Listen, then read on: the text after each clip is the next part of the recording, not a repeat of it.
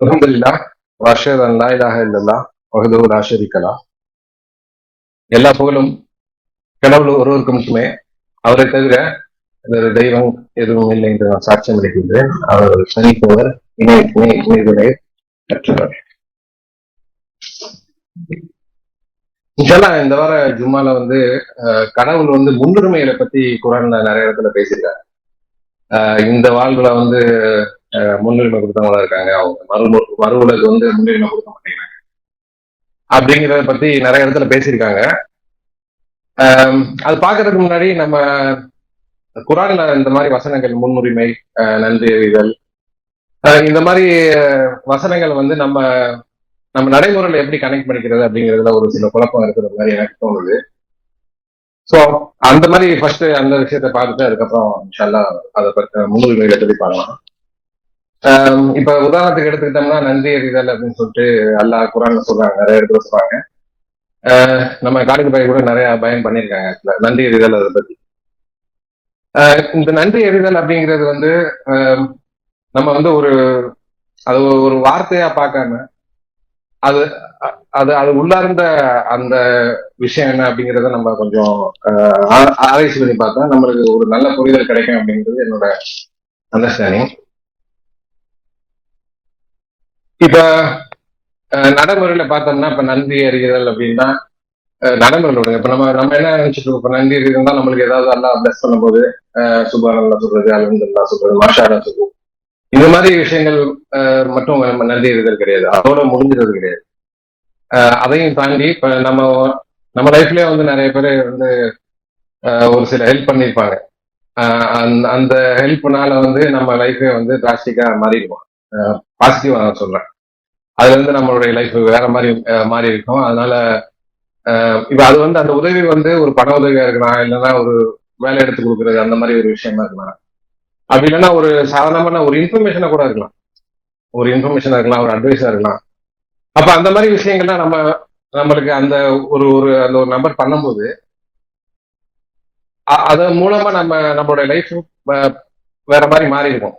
அப்ப அந்த மாதிரி டைம்ல அவங்க அந்த அந்த பண்ண அந்த நபர் மேல் வந்து நம்மளுக்கு ஒரு நல்ல ஒப்பீனியன் இருக்கும். ஆக்சுவலா அவரை நம்மள ஒரு நல்ல ஒரு இதுல வச்சிருப்போம். அதே மாதிரி அவர் பண்ண அந்த விஷயத்துக்காக நம்ம வந்து அதை ரிட்டர்ன் பண்ணலாம், இல்லைன்னா அவருக்கு ஏதாவது ஃபேவர் பண்ணலாம் அப்படிங்கிற மாதிரி நம்ம நிறைய டைம் நினைச்சிருப்போம்.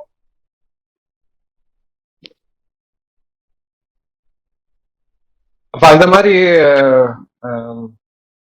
விஷயங்கள் வந்து நம்ம ரியல் டைம்ல நிறைய நடந்திருக்கதான் செய்யும். ஒரு சில இதுல கூட நம்ம பார்த்திருப்போம். இப்ப அது வந்து ஒரு சின்ன விஷயமா கூட இருக்கலாம், அதை நம்ம ரிட்டர்ன் கொடுக்கணும், அதை வந்து நம்மளுக்கு அதை வந்து அதுக்கு வந்து நம்ம நன்றியோட இருக்கணும் அப்படிங்கிற ஒரு உணர்வு வந்து நம்மளுக்கு இருந்துட்டே தான் இருக்கும். ஆனா இந்த கடவுள் வந்து நம்மளுக்கு பண்ணியிருக்க உதவிக்கு அந்த மாதிரி நன்றி உணர்வு நம்மளுக்கு இருக்குதா அப்படிங்கிறத நம்ம வெரிஃபை பண்ணி பார்க்கணும். இப்ப வந்து நம்ம அந்த சாத்தானோட அந்த ஃபியூட்ல நம்ம சேர்ந்து நின்னதுக்கு நம்மளை வந்து மாணவர்கள்லாம் நரகத்துல தூக்கி எறிங்க அப்படின்னு சொன்னாங்க. ஆனா வந்து அல்லாஹ் வந்து நீங்க அறியாத நான் அறிகிறேன் அப்படின்னு சொல்லிட்டு நம்மளுக்கு ஒரு வாய்ப்பு கொடுக்குறாங்க. அப்ப அந்த அல்லாஹ் வந்து நம்மளுக்கு அந்த வாய்ப்பை கொடுக்கல அப்படின்னா இந்நேரம் நம்ம நரகத்துல தான் வந்திருப்போம். அப்ப அது வந்து மிகப்பெரிய உதவி தான் அது. ஸோ அப்ப அந்த உதவிக்கு நம்ம நன்றியோட இருக்கிறோமா அப்படிங்கிறத நம்ம வந்து வெரிஃபை பண்ணி பார்க்கணும். அந்த மாதிரி நிறைய இன்சிடென்ட்ஸ் வந்து நம்ம சொல்லலாம். ஸோ அப்ப அந்த நன்றி அப்படிங்கிறது ஒரு வார்த்தை மட்டும் கிடையாது, அது வந்து ஒரு ஒரு ஒரு உணர்வு. அந்த நம்ம கடவுளுக்கு வந்து அந்த உணர்வை வந்து நம்ம ஃபுல்லா வந்து டெடிகேட்டா இருக்கோமா அப்படிங்கிறத நம்ம வெரிஃபை பண்ணி பார்க்கணும். ஸோ அந்த மாதிரி இந்த மாதிரி வார்த்தைகள்ல வந்து நம்ம மேலோட்டமான அர்த்தத்தை புரிஞ்சுக்காம அது உள்ளார்ந்து என்ன சொல்றாங்க அப்படிங்கிறத நம்ம வெரிஃபை பண்ணி பார்க்கணும். அது மாதிரிதான் அந்த அல்லாஹ் வந்து அந்த பயம் அப்படிங்கிற பத்திலாம் பேசும்போது, இப்ப எனக்கெல்லாம் தெரிஞ்ச ஒரு பையன் இருக்கான், அவன் என்ன எழுதிருப்பான்னா வாட்ஸ்அப் டிபில 5 வரும் அடிபணிவதும் அல்லாஹ் ஒருவருக்கே அப்படின்னு சொல்லிட்டு டிபில இருக்கும். ஆனா பார்த்தோம்னா அவன் எல்லா 2ஆம் நம்பர் வேலை எல்லாமே பாக்குறது, எல்லாரையும் பண்றது. ஆனா அந்த டிபில மட்டும் 5 அடிபணிவதும் அல்லாஹ் ஒருவருக்கே அப்படின்னு சொல்லிட்டு இருக்கும். அப்ப இந்த இடத்துல அந்த அந்த வந்து அல்லாஹ் அஞ்சுறது கிடையாது. ஆனா வந்து அஞ்சுற மாதிரி ஒரு இது போட்டிருக்காரு. அவருடைய புரிதல் வந்து நான் என்ன அண்டர்ஸ்டாண்ட் பண்ணிக்கிறேன்னா, அவர் வந்து அல்லாஹ்வுக்கு அஞ்சுறது அப்படின்னா வந்து அல்லாஹ் நேர்ல வந்து நின்றா அஞ்சுவார் போல. அப்படிதான் நான் நினைச்சிட்டு இருக்கேன். அப்ப அல்லாஹ்வுக்கு அஞ்சுறது அப்படிங்கிறது அல்லாஹ்வுடைய கட்டளைகளை இப்ப நம்ம இதுல அஹ், அல்லாஹ்வுடைய பேரை கேட்டா பயப்படணும் அப்படிங்கிற மாதிரி வசனங்கள்லாம் குரான்ல இருக்குதான் செய்யுது.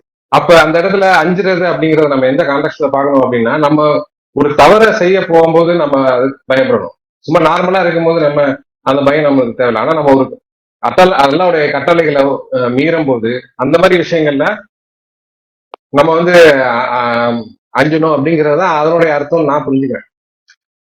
அது வெளிப்படையான அர்த்தத்தை பார்க்காம அது உள்ள இருந்து அல்லாஹ் வந்து இதைத்தான் சொல்ல வராங்க அப்படிங்கிறத நான் அந்த மாதிரி தான் புரிஞ்சுக்கிறேன். ஸோ அந்த மாதிரி குரான்ல நிறைய வசனங்கள் இருக்கும். அப்ப நம்ம அதை வந்து ரியல் டைம்ல இல்ல நம்ம நடைமுறையில வந்து அதை எப்படி கனெக்ட் பண்றது அப்படிங்கிறத நம்ம வந்து அஹ், கொஞ்சம் அதை ப்ராக்டிஸ் பண்ணி இம்ப்ரூவ் பண்ணா நம்மளுக்கு பெட்டர் அண்டர்ஸ்டாண்டிங் கிடைக்கும் அப்படிங்கிறது என்னோட ஒப்பீனியன். அது மாதிரியான ஒரு விஷயம் தான் இந்த முன்னுரிமை கொடுக்கறது அப்படின்னு சொல்லிட்டு.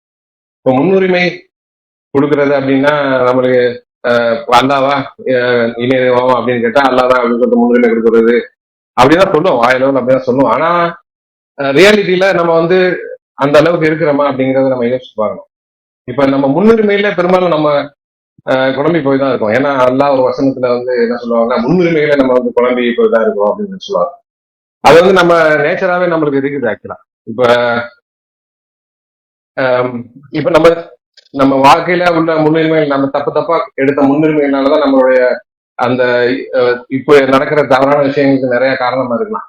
இப்ப படிக்கிற டைம்ல படிக்கிறதுக்கு முன்னுரிமை கொடுக்காம விளையாடுறதுக்கு முன்னுரிமை கொடுத்ததுனால அவங்க லைஃப் மோசமா போயிருக்கலாம். அதே மாதிரி வேலை பார்த்து உழைக்கிற டயத்துல வந்து பொழுதுபோக்குக்கு இல்லைன்னா ஜாலியா இருக்கிறதுக்கு சொகுசா இருக்கிறது அந்த மாதிரி விஷயங்களுக்கு முன்னுரிமை கொடுக்கும்போது அவங்க லைஃப் லேட்டரா வந்து கொஞ்சம் மோசமா இருக்கு. ஸோ அந்த மாதிரி நம்ம நம்ம நம்மளுக்கு இருக்கிற விஷயங்கள்ல முன்னுரிமை கொடுக்கறதுல நிறைய குழப்பங்கள் இருக்கிறதா நான் நினைக்கிறேன். இப்ப இப்ப எடுத்துக்கிட்டோம்னா இப்ப ஒரு ஒரு ஒரு கடைக்கு போறோம், ஒரு 1000 ரூபாய்க்கு பொருள் வாங்கலாம் அப்படின்னு சொல்லிட்டு ஒரு ஒரு பர்டிகுலர் பொருள் வாங்கலாம் சொல்லிட்டு போறோம். போயிட்டு அங்க போன உடனே அந்த பொருள் 1000 ரூபாய்க்கு மேல 1200 இருக்கும். நம்ம என்ன பண்றோம் அந்த இடத்துல 1200 ரூபாய்க்கு பதிலா அந்த 1000 ரூபாய்க்கு வேற ஏதாவது தேவையில்லாத 2 பொருள் வாங்கிட்டு வருவோம். அப்ப அந்த இடத்துல முன்னுரிமை அப்படிங்கிறது நம்ம விலைக்கு கொடுக்குறோம், நம்மளுக்கு தேவைக்கு கொடுக்கறது கிடையாது.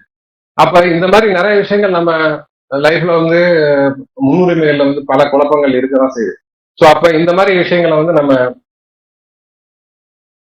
நம்ம வந்து பிராக்டிஸ் பண்ணணும். இப்ப எந்த விஷயங்களுக்கு நம்ம முன்னுரிமை கொடுக்கணும், எந்த விஷயங்களுக்கு வந்து நம்ம அப்புறமா தள்ளி போட்டுக்கலாம், அந்த மாதிரி விஷயங்களை நம்ம நம்ம ரியல் டைம் லைஃப்லயே வந்து அந்த மாதிரி நிறைய பிரச்சனைகள் குழப்பங்கள் இருக்கதான் செய்யுது. அந்த மாதிரி இதை நம்ம சால்வ் பண்ணோம்னா அதே மாதிரி ஒரு பிராக்டிஸ்ல நம்ம இந்த அல்லாஹ் இந்த மறுவலத்துக்கு முன்னுரிமை கொடுக்க சொல்றது பத்தியும் நம்ம கன்சிடர் பண்ணலாம். இப்ப வந்து இது வந்து இப்ப நம்ம இப்ப வந்து இப்ப நம்ம தனி மனிதன் தான் முன்னுரிமை கொடுக்கறத குழப்புறாங்க அப்படின்னு சொல்லிட்டு பார்த்தோம்னா பெரிய பெரிய கார்பரேட் கம்பெனிஸுமே வந்து முன்னுரிமைகள்ல குழம்ப தான் செய்யுது. இப்ப வந்து நோக்கியான்னு ஒரு பெரிய கம்பெனி இருந்துச்சு, அது 2000 இருந்து 2010 வரை அவன் தான் நம்பர் 1 மொபைல் போன்ல. ஆனா 2008-7 தான் வந்து ஐபோன் அப்படிங்கிற ஒரு டச் போன் வருது. அப்ப அவங்களோட முன்னுரிமை வந்து அந்த போனோடைய பில்டு குவாலிட்டி, அந்த பட்டன்ஸ், அந்த அப்பியரன்ஸ்ல இருந்த ஒழிய அந்த டச் போன்ல நம்ம இம்ப்ரூவ் பண்ணணும் அப்படிங்கிற மாதிரி இல்லாதனால அந்த கம்பெனி அழிஞ்சு போச்சு. அந்த 2000 இருந்து 2010 வரை அந்த நோக்கியாங்கிற ஒரு பெரிய கம்பெனி முன்னுரிமை சரியா அமைச்சுக்காதனால அந்த கம்பெனியே வந்து திவால் ஆயிடுச்சு. அது மாதிரி நிறைய கம்பெனி சொல்லலாம், ஜெனரல் மோட்டார்ஸ் சொல்லலாம், கோடாக்கு, அந்த மாதிரி நிறைய கம்பெனிஸ் வந்து அவங்க முன்னுரிமை அந்த ப்ரையாரிட்டி வந்து எதுக்கு கரெக்டான ப்ரையாரிட்டி கொடுக்கறது அப்படிங்கிறது தெரியாம அந்த இது கம்பெனியை திவால் ஆகிறதா நம்ம பார்க்கலாம். ஸோ அந்த மாதிரி நம்மளுடைய முன்னுரிமைகளை வந்து கரெக்டா ப்ராப்பரா யோசிச்சு திறம்பட நம்ம சூஸ் பண்ணோம்னா நம்ம இந்த உலக வாழ்க்கையும் கரெக்டா இருக்கும், அதே மாதிரி மறு உலக வாழ்க்கையும் கரெக்டா இருக்கும் அப்படிங்கிறது தான் என்னோட அண்டர்ஸ்டாண்டிங். அது குரான்ல ஒரு சில வசனங்களை நான் படிக்கிறேன்.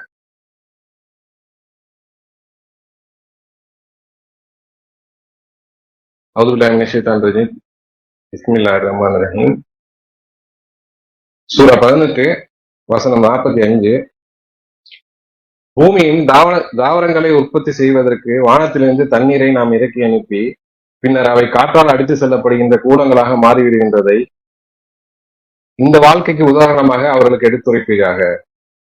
கடவுள் அனைத்து காரியங்களையும் செய்வதற்கு ஆற்றல் உடையவராக இருக்கின்றார்.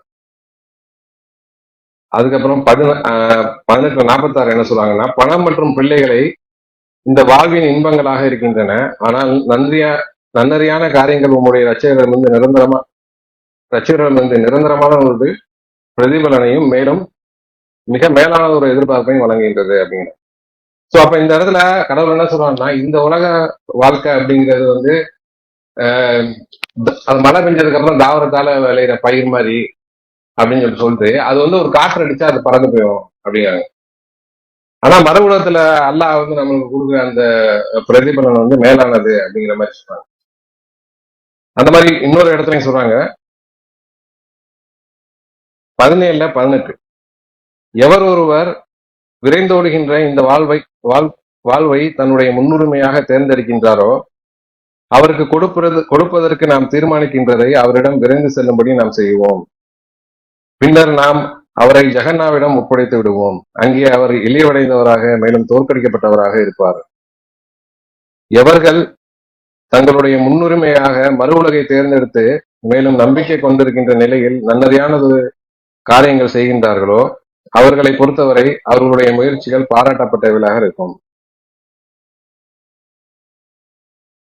ஸோ இந்த மாதிரி கடவுள் வந்து நம்ம எந்த இடத்துல எதுக்கு முன்னுரிமை கொடுக்கணும் அப்படிங்கிறத, அதாவது இந்த உலக வாழ்க்கையை விட மறு உலகத்துக்கு முன்னுரிமை கொடுங்க அப்படின்னு சொல்லிட்டு நிறைய வசனங்களை சொல்றாங்க.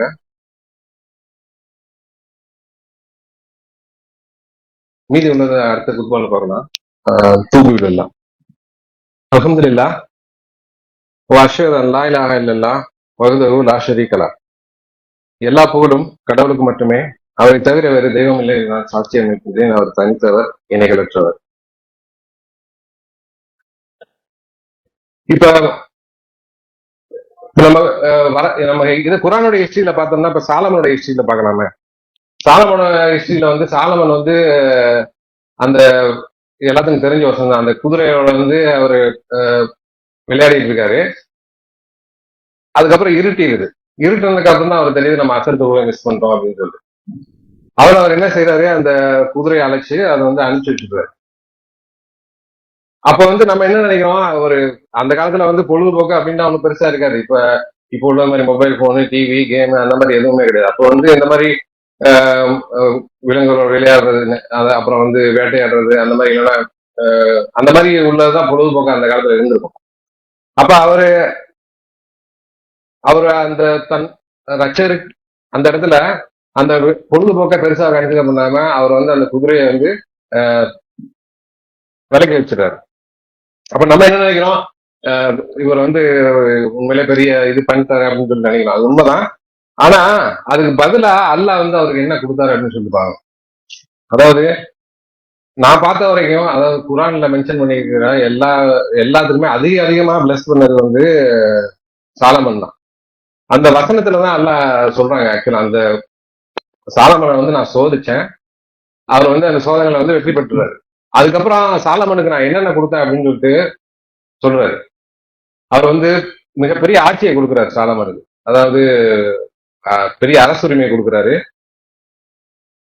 அதே மாதிரி சாலமனுக்கு வந்து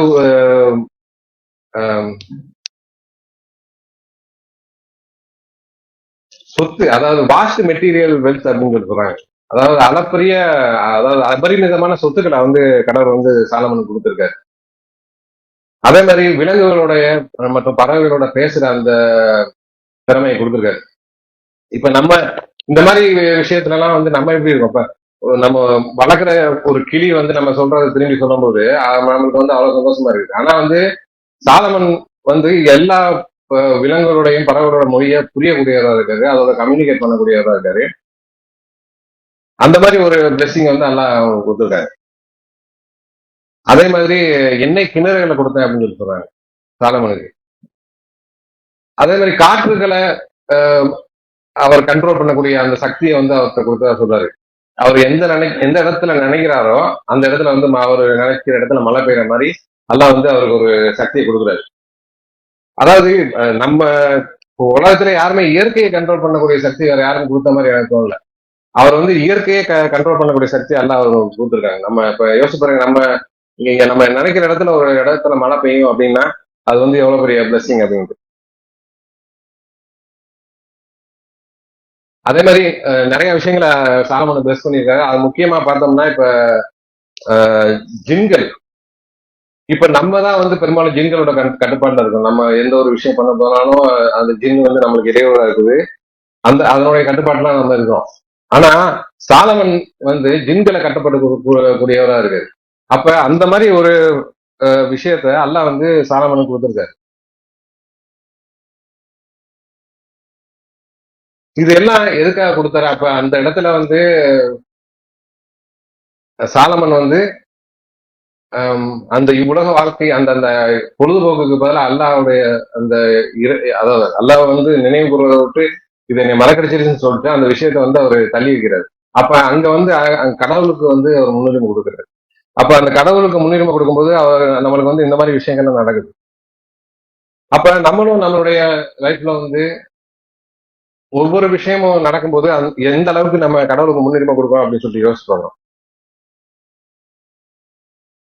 ஏன்னா நம்ம நம்ம இதுல நடக்கிற எல்லாமே ஒரு ஒரு சாய்ஸா தான் இருக்கு. இப்ப நம்ம வந்து ஒரு ஒரு இடத்துக்கு கிளம்பி போறோம்னா அந்த கிளம்பி போற இடம் நமக்கு அது எல்லாமே வந்து இப்ப அந்த இடத்துல வந்து நமக்கு ஒரு சாய்ஸ் இருக்கு. நம்ம வந்து தொழுதுட்டு கிளம்பி போகணுமா, இல்லைன்னா அந்த சில டைம்ல வந்து இப்ப 3:30 மணிக்கு அசர் ஆரம்பிச்சுன்னு இருக்குங்களேன். அப்போ நம்ம ஒரு 4 மணிக்கு கிளம்புறோம்னா அசர் தொழுதுட்டு கிளம்புனா அது கரெக்டா இருக்கும். அப்ப போற இடத்துல போயிட்டு அங்க தொழுவுற அந்த மாதிரி தொழுவுறதுக்கு இடம், அதாவது கரெக்டான இது இல்லாம போகலாம். அப்ப நம்ம கரெக்டா அந்த இடத்துல கடவுளுக்கு ப்ரையாரிட்டி கொடுக்குறோமா அப்படின்னு சொல்லிட்டு பார்க்கணும். அதே மாதிரி இப்ப தொழுகையை நம்ம எடுத்துக்கிட்டோம்னா, இப்ப தொழுகையை எடுத்துக்கிட்டோம்னா அது 12 மணிக்கு ஆரம்பிச்சு 3:30 மணிக்கு முடியுது. இப்ப நம்ம 12 மணிக்கு ஒரு வேலை இருக்குது, 1 மணிக்கு ஃப்ரீ ஆயிட்டோம்னா நம்ம 1 மணிக்கே தொழுகணும். அது 3:30 மணி வரை டைம் கொடுத்தாலும் அந்த இடத்துல முன்னுரிமை அப்படிங்கிறது அல்லாவுக்கு நம்ம கொடுக்குறோமா அப்படிங்கிறத பார்க்கணும்.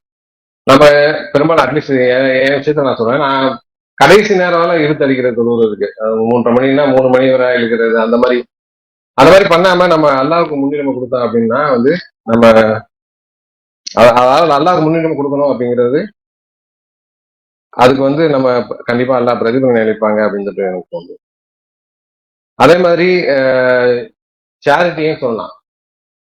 இப்ப அல்லாஹ் வந்து தர்மம் நிறைய இடத்துல வந்து தர்மம் கொடுக்கறத பத்தி நிறைய சொல்றாங்க. ஆக்சுவலா தர்மம் வந்து நிறைய விஷயங்களை நம்மளுக்கு பிரதிபலன் கொடுக்கும் அப்படின்னு சொல்லி சொல்றாங்க. ஆனா குரான் வசனத்துல சொல்லும் போது அவர்களுடைய, அதாவது 70-24, அவர்களுடைய பணத்தின் ஒரு பகுதி ஒதுக்கி வைக்கப்படுகின்றது ஏழைகள் மற்றும் தேவையுடையவர்களுக்காக. அப்ப நம்மளுடைய பணத்துல வந்து ஒரு பகுதியை ஏழைகள் மற்றும் தேவையுடையவர்களுக்காக ஒதுக்கி வைக்கணும் அப்படின்னு சொல்லிட்டு அல்லாஹ் வந்து சொல்றாங்க. ஆனா நம்ம அந்த அளவுக்கு இருக்கிறோமா? நம்ம வந்து நம்ம செலவுலாம் பண்ணது போக நம்ம கடைசியில என்ன இருக்குதோ அதை திரும்ப பண்ணலாம் அப்படிங்கிற மாதிரி நினைக்கிறோம். அதான் அல்லாஹ் வந்து அப்படி சொல்லல. அல்லாஹ் வந்து நம்ம ஒரு அமௌண்ட்டை நம்ம ஒதுக்கி வைக்கணும் ஃபர்ஸ்டே அப்படிங்கிறாங்க. அப்ப இந்த இடத்துல ப்ரையாரிட்டி அப்படிங்கிறது நம்ம யாருக்கு கொடுக்குறோம்? நம்மளுடைய செலவுகளுக்கு கொடுக்குறோமா, இல்ல வந்து அல்லாஹ் சொன்ன கட்டளை கொடுக்குறோமா அப்படிங்கிறத நாம பார்க்கணும். அதே மாதிரி முகமது நபி காலத்துல வந்து இந்த அன்சாரிகள் அப்படிங்கிற அவங்கள பத்தி சொல்லும் போது எல்லாம் என்ன சொல்லுவாங்கன்னா, அவங்க வந்து அடைக்கலம் கொடுத்தாங்க. அதாவது மக்கால இருந்து வந்த அந்த நம்பிக்கையாளர்களுக்கு அடைக்கலம் கொடுத்தாங்க அப்படின்னு சொல்லி சொல்லுவாங்க. அப்ப அந்த அன்சாரிகளை பத்தி சொல்லும் போது என்ன சொல்லுவாங்கன்னா, அவங்க வந்து அவங்களுக்கே தேவை இருக்கும் போதும் அவங்க வந்து அந்த அடைக்கலம் தேடி வந்தவங்களுக்கு வந்து ஹெல்ப் பண்ணாங்க அப்படின்னு சொல்லிட்டு அந்த ஒரு வசனத்தை நான் படிக்கிறேன். அப்ப 59:9, மேலும் அவர்களுக்கு உதவி செய்வதில் தங்களுடைய இதயங்களில் எந்த தயக்கமும் கொள்வதில்லை. உண்மையில் அவர்கள் கொடுத்து விடுபவைகளின் தேவை அவர்களுக்கே இருக்கின்ற பொழுதும் கூட அவர்கள் தங்களுக்கு மேலாக அவர்களுக்கு உடனடியாக முன்னுரிமை அளித்தனர். உண்மையில் எவர்கள் தங்களுடைய இயல்பான கஞ்சத்தனத்தை முறியடிக்கின்றார்களோ அவர்கள் தான் வெற்றி பெற்றவர்களாக இருக்கின்றார்கள். இப்ப இந்த இடத்துல அவங்களுக்கே தேவை இருந்திருக்குது. அந்த அன்சாரிகள் அவங்க அந்த மக்கா மதினாவாசிகளுக்கு அவங்களுக்கும் கண்டிப்பா தேவை இருந்திருக்கா செய்யும். அந்த தேவை இருந்த போதும் அவங்க வந்து அந்த நம்பிக்கையாளர் கடைக்கெல்லாம் கொடுக்குறாங்க, அவங்களுக்கு வந்து முன்னுரிமை கொடுத்தாங்க அப்படின்னு சொல்லி சொல்றாங்க. ஸோ அது மாதிரி நம்ம இதுலயுமே வந்து நம்மளுக்கு அந்த மாதிரி விஷயங்கள்லாம் நடக்க செய்யும். அப்ப நம்ம எந்த விஷயத்துக்காக நம்ம வந்து முன்னுரிமை கொடுக்கணும் அப்படிங்கிறத நம்ம வந்து கரெக்டா தேர்ந்தெடுக்கணும்.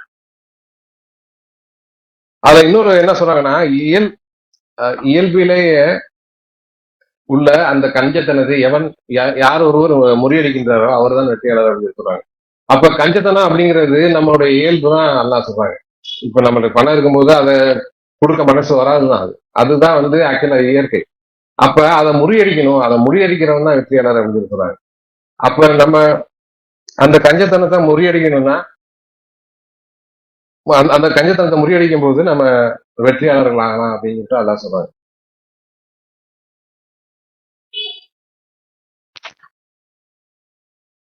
அதே மாதிரி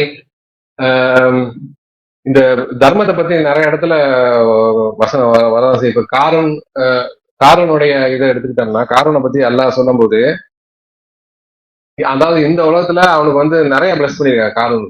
காரனுக்கு வந்து காரனுடைய சொத்துக்களை கொண்டு போறதுக்கே மிகப்பெரிய சாவி தேவைப்படுது அப்படிங்கிறாங்க. அப்ப அவ்வளவு அபரிமிதமான சொத்துக்களை வச்சு காரனை வந்து பிளஸ் பண்ணிருக்காங்க. ஆனா அவன் வந்து என்ன பண்றான்னா, இந்த யூதர்கள் அந்த அவங்க காரண யூதர் தான் ஆக்சுவலி. அப்ப அவன் வந்து என்ன பண்றான்னா, நீங்க இப்ப இந்த ஊர்ல உள்ள அந்த ஜமீன் அந்த மாதிரி செட்டப் அப்ப அங்க எகிப்துல இருந்திருக்குது. அப்ப இவங்களை வந்து பேரோட பேச்சை கேட்டு அவன் அடிமைதான் படுத்திருக்கான். அவனுக்கு அவ்வளவு பிளெஸிங் கொடுத்தும் அவன் வந்து நல்ல விதமா நடக்கல. அதுக்கு வந்து இந்த யூதர்கள்லாம் காரணம் என்ன சொல்றாங்கன்னா, அந்த வசனத்தை நான் படிக்கிறேன், 28:77. இந்த உலகில் உன்னுடைய பங்கை புறக்கணித்து விடாதவாறு கடவுளால் உன் மீது வழங்கப்பட்ட வாழ்வாதாரங்களை மறு உலகின் வசிப்பிடத்தை தேடுவதற்கு பயன்படுத்திக் கொள். கடவுள் உன்னிடத்தில் பெருந்தன்மையுடன் இருக்கின்றதை போல் பெருந்தன்மையுடன் இருப்பாயாக அப்படிங்கிற. சோ இந்த இடத்துல இப்ப நம்ம நிறைய இடத்துல சொல்லுவோம் ஆக்சுவலா, இப்ப இந்த உலகத்துல என்ன கொண்டு வந்தோம் கொண்டு போறதுக்கு அப்படின்னு சொல்லிட்டு. இப்ப நம்ம சம்பாதிக்கிற எதையுமே நம்ம அங்க கொண்டு போறது இல்லை அப்படிங்கிற மாதிரிதான் இப்ப நடைமுறையில எல்லாருடைய பேச்சும் இருக்குது. ஆனா எல்லாம் அப்படி சொல்லல. இந்த குரான் வசனத்துல என்ன சொல்றாங்கன்னா, இந்த உலகத்துல அவன் கொடுக்கறத வச்சு மறு உலகத்தை தேடிக்க அப்படின்னு சொல்றாங்க. அப்ப இந்த உலகத்துல நம்மளுக்கு கொடுத்திருக்க வாழ்வாதாரத்தை வச்சு நம்ம வந்து மறு உலகத்தை தேடலாம் அப்படிங்கிறது இந்த இடத்துல எல்லாம் வந்து நம்மளுக்கு கத்து தராங்க. அதே மாதிரி இன்னொரு வசனத்துல என்ன சொல்லுவாங்கன்னா வந்து, இப்ப இந்த உலகத்துல எப்படி ஒரு தான் தேர்ந்தெடுக்கின்ற ஒருவருக்கும் அந்த வேறுபாடுகள் இருக்குதுன்னு சொல்லி சொல்றாங்க. இப்ப ஒவ்வொருத்தவங்களுக்கும் ஒரு மாதிரியான வேறுபாடு இருக்குது அப்படின்னு சொல்லி சொல்றாங்க. அந்த அவங்களை அரும்பாலிச்சதை வச்சு சொல்லுவாங்க. அதே மாதிரி வேறுபாடு வந்து மறுகுலத்திலையும் இருக்கும் அப்படின்னு சொல்றாங்க. அப்ப நம்ம மறுகுலத்துக்கு போகும்போது நம்ம எல்லாருமே சொர்க்கத்துக்கு போனாலுமே வந்து நம்மளுடைய அந்த கிரேடு வந்து வேற வேற மாதிரி இருக்கும் அப்படிங்கிற மாதிரி சொல்றாங்க. அப்ப நம்ம இந்த உலகத்துல எந்த அளவுக்கு நம்ம அல்லாஹ் சொல்ற கட்டளைகள்லாம் பின்பற்றி அதே மாதிரி அல்லாஹ் சொல்ற மாதிரி தர்மங்களை கொடுத்து இருக்கிறோமோ, அதுக்கேற்ற மாதிரி அந்த மறு உலகத்திலையும் நம்மளுடைய அந்த ரேங்க் வந்து அதுக்கேற்ற மாதிரி இருக்கும். ஸோ அப்ப நம்ம வந்து இந்த உலகத்துல இருக்கிற அந்த வாழ்வாதாரத்தை வச்சு மறு உலகத்தை தேடுறதுக்கு நம்ம முயற்சி பண்ணணும். அதே மாதிரி இந்த உலகத்துல உள்ள வாழ்க்கையில மூழ்கிடாம இப்ப நம்மளுக்கு எப்போதுமே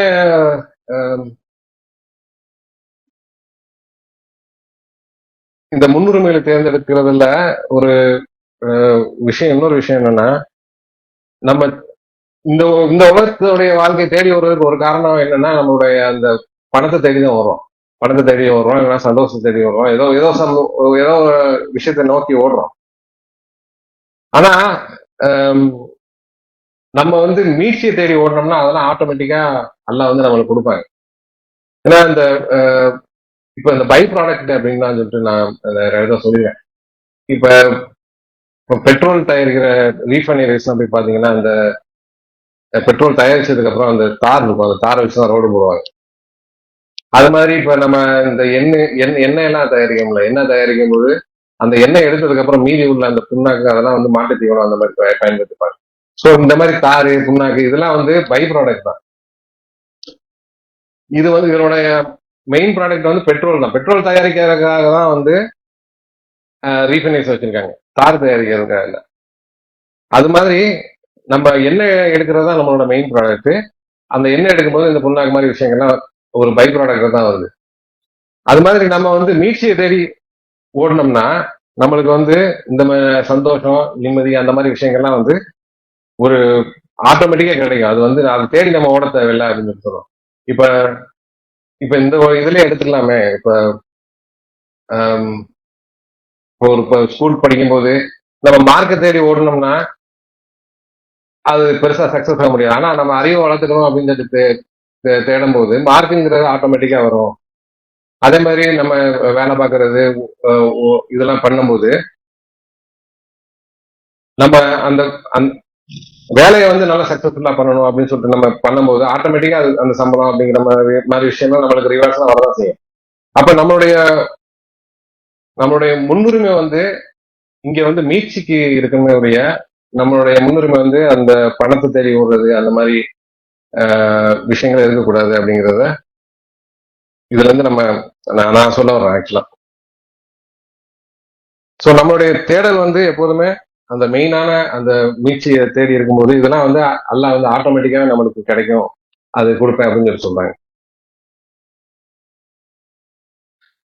ஸோ குரான்ல அல்லாஹ் சொல்ற மாதிரி நம்மளுடைய முன்னுரிமைகளை கரெக்டா இந்த மறுபுறத்துக்காக மாற்றி அமைச்சிட்டு வாழக்கூடிய நன்னறியான நம்பிக்கையாளர்களாக நம்மளை ஆக்கி அன்பாளிக்கணும்னு சொல்லிட்டு இந்த குத்துபா வரை முடிக்கிறேன். அக்கீம் அஸ்ஸலாம்.